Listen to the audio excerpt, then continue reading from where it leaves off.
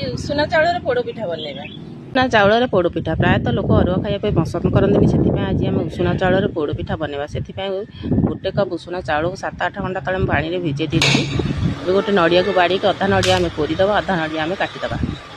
ए चाउल पर आम 2-4टा गुजराती देदबा गोटे मुठा चूड़ा को धोईकी देदबा ताक फाइन पेस्ट करके नहीं आसवा। गैस गोटे कड़े बसईदबा कड़े पर आम घी दबा कि रिफाइन तेल दबा काटिक रखा नड़िया काजू को भल भाव में भाजीदबा। गैस पर आउ गोटे कड़े बसईदबा तापर पानी दबा तापर आवश्यक मुताबिक गुड़ देदबा। गुड़ पानी हो जाए तलू ओह्लैदबा। बाटिक रखा बेटर उपर गुड़ पानी के छाणिकी देदबा। अल्प टिके लुण दबा जेहेतु गुड़ में लुण रही अल्प लुण दबा।